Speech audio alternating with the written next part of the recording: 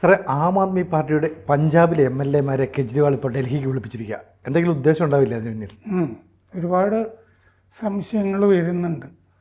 അതായത് കെജ്രിവാളിനെ പോലൊരാൾക്ക് ആദർശശാലിയാണല്ലോ. അതെ. അപ്പോൾ അതുകൊണ്ട് അധികാരമില്ലാതെ ജീവിക്കാൻ പറ്റില്ല.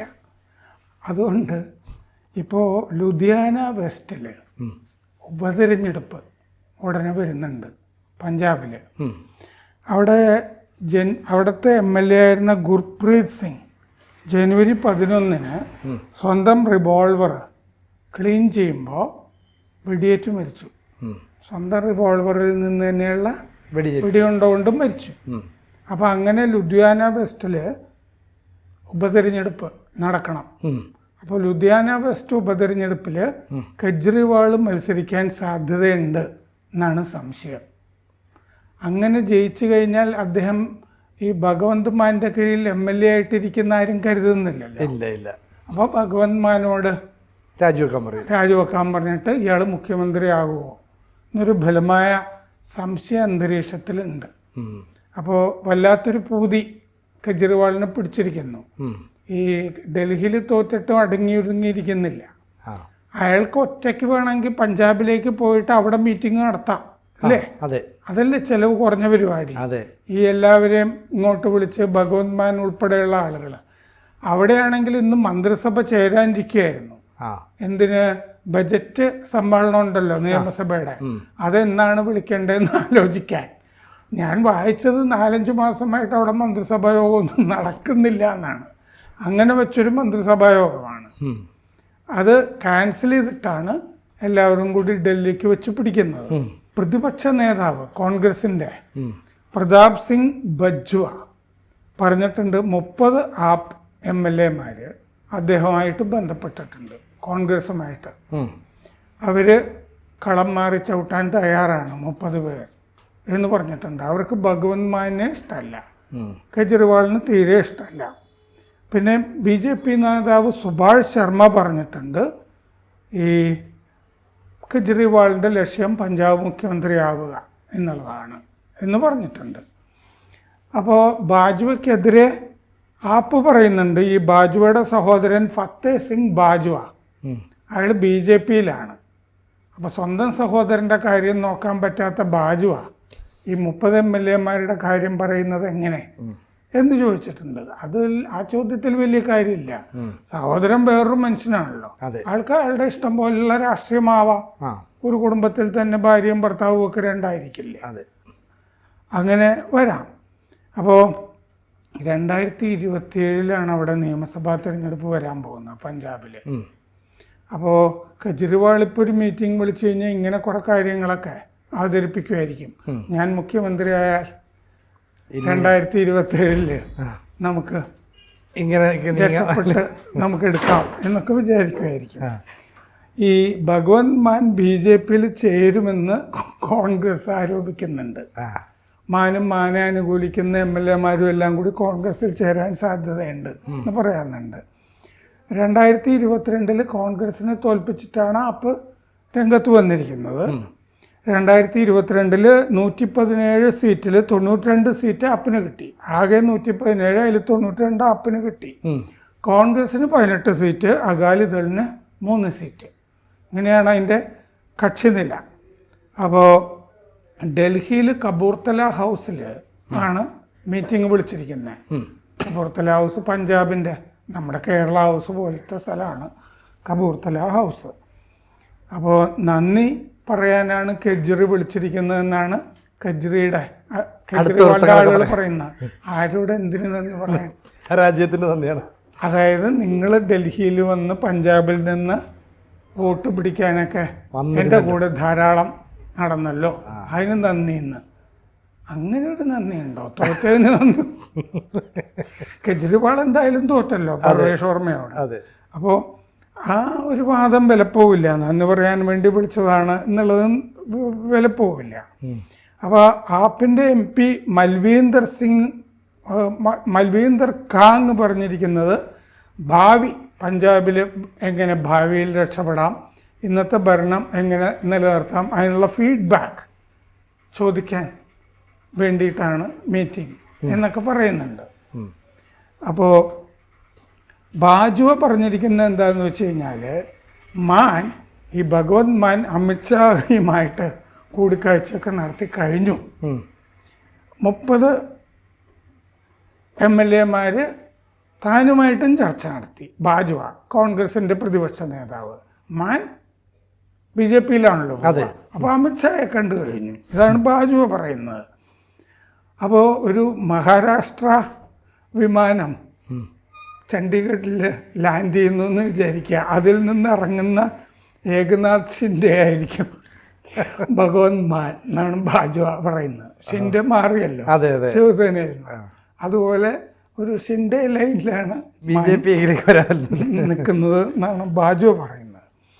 അപ്പോൾ BJP-യുടെ തരു ചുക്ക് നേതാവ് പറഞ്ഞിട്ടുണ്ട്, കൗണ്ട് ഡൗൺ തുടങ്ങി പഞ്ചാബിൽ. BJP MLA മജീന്ദർ സിർസ പറഞ്ഞിട്ടുണ്ട്, മാനിനെ കെജ്രിവാൾ നീക്കും, അതുകൊണ്ട് മാൻ കരുതിയിരിക്കണം, മാൻ ജാഗ്രത പുലർത്തണം, അല്ലെങ്കിൽ കെജ്രിവാൾ ഏത് സമയം മാനിനെ പിടിച്ച് മാറ്റും എന്ന് പറഞ്ഞിട്ടുണ്ട്. കോൺഗ്രസ് പറഞ്ഞിട്ടുണ്ട് ഇടക്കാല തെരഞ്ഞെടുപ്പ് 2027 തെരഞ്ഞെടുപ്പ് വരേണ്ടത്. അതിന് മുമ്പേ ഇടക്കാല തെരഞ്ഞെടുപ്പ് അവിടെ വരാനുള്ള സാധ്യത വളരെ കൂടുതലാണ്. ഗുരുദാസ്പൂരിൽ നിന്നുള്ള കോൺഗ്രസ് MP സുഖ്ജീന്ദർ സിംഗ് രൺധാവയും പറഞ്ഞിട്ടുണ്ട് കോൺഗ്രസ് മാത്രമാണ് അവിടെ ഒരു ഓപ്ഷൻ എന്ന്. അത് കോൺഗ്രസിൻ്റെ വർത്തമാനം പറഞ്ഞുകൊണ്ടിരിക്കുകയാണ്. അപ്പോൾ ഇതാണ് ഇപ്പോഴത്തെ ഒരു അവസ്ഥ. ആകെ ഒരു ഫ്ലൂയിഡ് സ്റ്റേറ്റിലാണ്. അതെ, നിലവിൽ ഈ പഞ്ചാബിൽ ഈ കെജ്രിവാൾ ഡൽഹി തോറ്റപ്പോൾ മുതൽ തന്നെ അസ്വസ്ഥത പടർന്നിരുന്നല്ലോ. ഈ അസ്വസ്ഥത പടർന്നപ്പോൾ MLA-മാർ 2 ചേരികളായിട്ട് തിരിയുന്നുണ്ട്. ഇതൊക്കെ കെജ്രിവാളിന് മനസ്സിലാക്കാനുള്ള സെൻസ് ഉണ്ടാവില്ലേ? അപ്പോൾ പിന്നെ ഈ ഡൽഹിയിലേക്ക് വിളിപ്പിച്ചത് സത്യത്തിലൊരു മണ്ടത്തരമല്ലേ? ഈ ചേരി മാറുന്നു എന്നുള്ളത് മാത്രമല്ലല്ലോ, അയാളെപ്പോലൊരാൾ അധികാരത്തിൽ താല്പര്യമുള്ള ആൾ ഭഗവത് സിംഗ് മാനെതിരെ പ്രക്ഷോഭം നടത്താനും കലാപം കൂട്ടാനും ഒക്കെ കുറേ MLA-മാരെ പ്രേരിപ്പിക്കാനും സാധ്യതയില്ല. അതെ, സാധാരണഗതിയിൽ അങ്ങനെയാണ്. അപ്പോൾ ഭഗവത് മാനിനെ താഴെ ഇറക്കണമെന്ന് കെജ്രിവാളിനുണ്ടെങ്കിൽ അങ്ങനെ അതിൽ താല്പര്യമുള്ള കുറേ MLA-മാരെ അതിനെ പ്രേരിപ്പിക്കും. അങ്ങനെ പ്രേരിപ്പിക്കുന്നതിൻ്റെ ഭാഗമായിട്ടാണോ ഈ എല്ലാവരോടും ഇങ്ങോട്ട് വരാൻ പറഞ്ഞിരിക്കുന്നത് എന്നുള്ളതും അറിഞ്ഞുകൂടാ. കാരണം അങ്ങനെ ഒരു മീറ്റിംഗ് നടക്കുമ്പോൾ കുറേ MLA-മാർ കുറേ അഭിപ്രായം തുറന്നു പറയുമല്ലോ. അതെ, അങ്ങനത്തെ ഒരു മീറ്റിങ്ങിൽ നിങ്ങൾ മാറണമെന്നോ അല്ലെങ്കിൽ ഭഗവത് മാൻ മാറണമെന്നോ അവരവരുടെ അഭിപ്രായം പറയുമല്ലോ.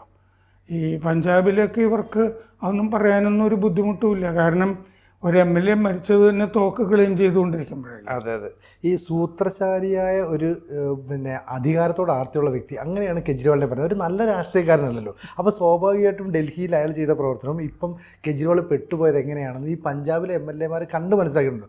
അപ്പോൾ അവരിൽ എത്ര പേര് ഈ കെജ്രിവാളിൻ്റെ കൂടെ പോകും? കാരണം ഒരു ആത്മഹത്യാപരമായ നീക്കമായിരിക്കില്ലേ ആ പോക്ക്? ആ സമയത്ത് എന്താ ചെയ്യാന്ന് വെച്ചാൽ ഭഗവത് മാൻ്റെ രീതിയിൽ MLA-മാരെ കുറേ പേരെ കൊണ്ടുപോവുമായിരിക്കും. ആ സമയത്താണ് ഈ അധികാര വടംവലി വരുമ്പോഴാണ് സ്പ്ലിറ്റ് വരുന്നത്. അങ്ങനെ വരാം. ഈ പിന്നെ അധികാരത്തോട് താല്പര്യമുള്ള ആളുകളാണെന്നൊക്കെ നമ്മളെല്ലാം നന്നായിട്ട് അറിയാവുന്ന ഒരാളാണ് അണ്ണാ ഹസാരെ. അണ്ണാ ഹസാരെ ഇയാൾ പണത്തിൻ്റെ പിന്നാലെയാണ്, അതുകൊണ്ടാണ് മദ്യനയം മാറ്റിയത് എന്ന് പറഞ്ഞിട്ടുണ്ടല്ലോ. അന്ന് ഈ അണ്ണാ ഹസാരയുടെ കഴിഞ്ഞ ദിവസം എന്നോട് ഡൽഹിയിൽ നിന്ന് വിളിച്ച ഒരു RSS നേതാവ് പറയുമായിരുന്നു, ഈ അണ്ണാ ഹസാരയുടെ ഒരു പ്രക്ഷോഭം വന്നിരുന്നല്ലോ, അവർക്കൊക്കെ ഇയാളെ ഒരു RTI ആക്ടിവിസ്റ്റായിട്ട് തന്നെ കെജ്രിവാളിനെ അറിയാം, വിവരാവകാശ പ്രവർത്തകനൊക്കെ ആയിട്ട് അറിയാം.